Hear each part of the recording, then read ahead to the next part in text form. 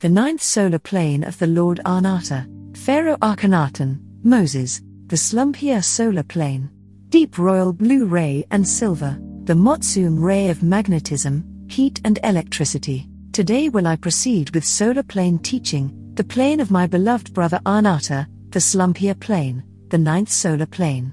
Firstly, it is a plane of great vitality, and tremendous activity goes on there because its lord is a man with an intensely active nature. His work is so vital to the planets in the universes of God, that he has no time for rest or dreaming. The mind of Aahnahtah is all the time calculating. The deep royal blue Motsum ray permeates the whole atmosphere of the ninth solar plane, and if it were possible for you to go there in your human bodies, the first thing you would notice would be the twilight conditions of the ether. There is a blueness of light there, and this visible ether scintillates with masses of silver and deep royal blue flecks. As one approaches the great city of Rabash, one would notice that the buildings are all transparent royal blue.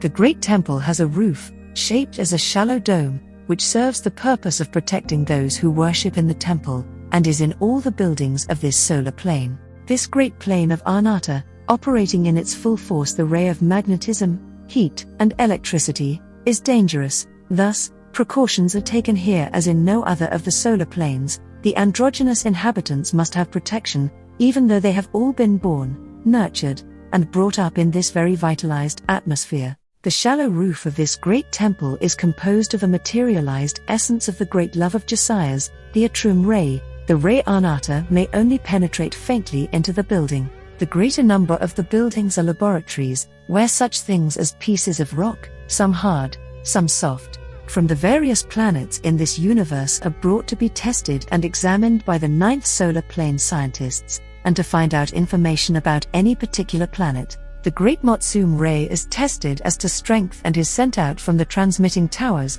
All these discoveries are made by the men trained by Aahnahtah.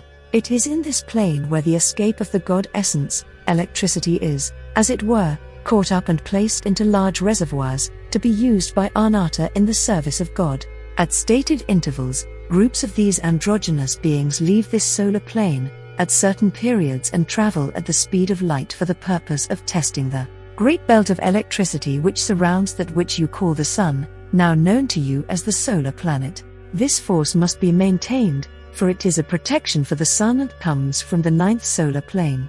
The streets of the city of Rabash look as if they were paved in silver, for they have a highly burnished silver appearance caused by the ray through magnetism. On these burnished thoroughfares all is reflected as in a mirror, and over all, there pervades a sweet-smelling savor, a penetrating perfume of electricity, a thing unknown to you of earth. It is like incense but has a slight tang of burning which is not unpleasant, as you might think, and it is this sweet-smelling savor which covers the whole plain of Slumbhia.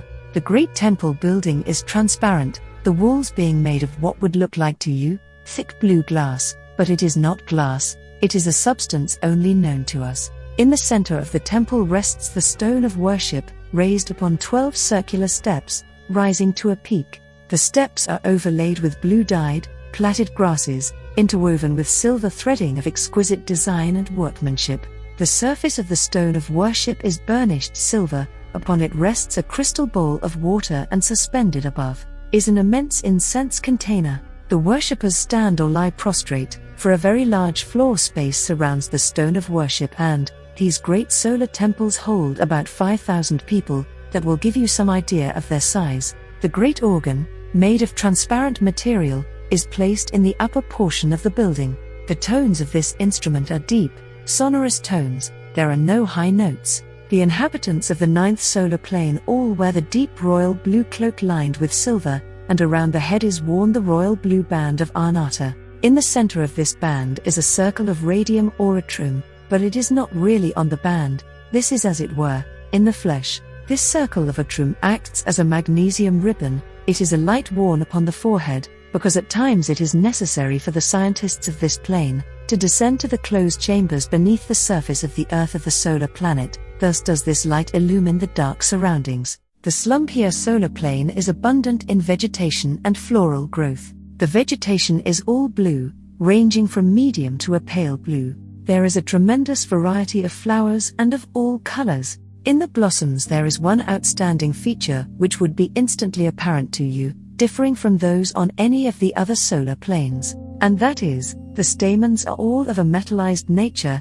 and look like plaited strands of silver wire. It is the great force of the Motsum ray, which possesses the power of transforming the delicate structure of the flowers into a metallic substance. Of bird life there are a great many varieties and of many colors. The whole of this solar plane is abundant in beauty and perfume, combined with an exquisite activity. That is the only way I feel I can word the busy life, and my beloved brother Aahnahtah is a worthy lord of the Slumbhia solar plane.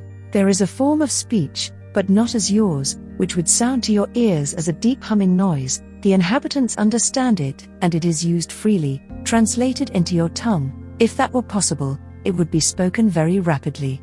As does Aahnahtah speak when he has words with you in this sanctuary. Children are born of the breath, all of whom are brought up in their own little way in the knowledge and use of the royal blue ray of magnetism, heat and electricity for God.